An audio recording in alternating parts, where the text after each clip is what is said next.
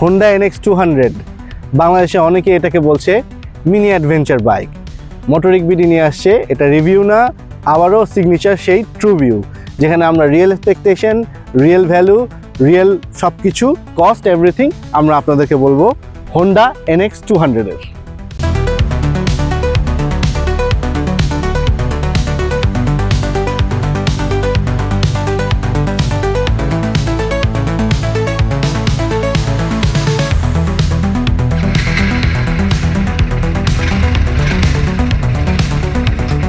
আমরা প্রথম ডিজাইন নিয়ে শুরু করি। NX200 এর looks different, no doubt. Tall sentence, beak style front, wide handle bar, ট্রাফিকে এই বাইকটাকে আলাদা করে মানুষ চোখে লাগবে, কারণ আমি যতবার চালাচ্ছিলাম বাইকটা মানুষ এটা তাকিয়ে দেখছিল দূর থেকে। বাট কিন্তু ট্রু ভিউর কথা বললে এই বাইকটা অ্যাডভেঞ্চার লুক আছে, কিন্তু হার্টটা কমিউটার। এর মানে এটার ইঞ্জিনটা কমিউটারের মতো, not like in sports bike. 184cc engine শুনলেই কিন্তু 200 এর একটা ফিল আসে, কিন্তু রাইড করলে বুঝতে পারবেন হোন্ডা এটাতে স্মুথনেসটাকেই প্রায়োরিটি দিয়েছে, পাওয়ার না। থ্রোটল রেসপন্স লিনিয়ার, জার্ক নাই, সিটি রাইডিংয়ে খুব কমফোর্টেবল।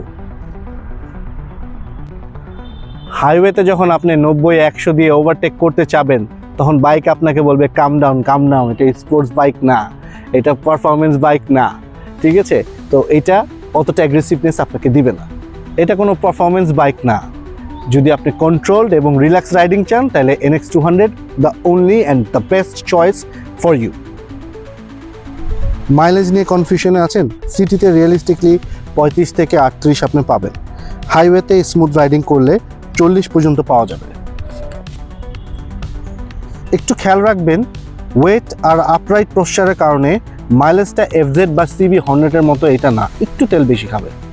NX200 এর বিগেস্ট স্ট্রেংথ হলো comfort, upright seating, wide handle bar, long ট্রাভেলের সাসপেনশনে, bad road, speed breaker, village road, কোনোটাতেই কোনো প্রবলেম পাবেন না, স্মুথলি চলে যাবে।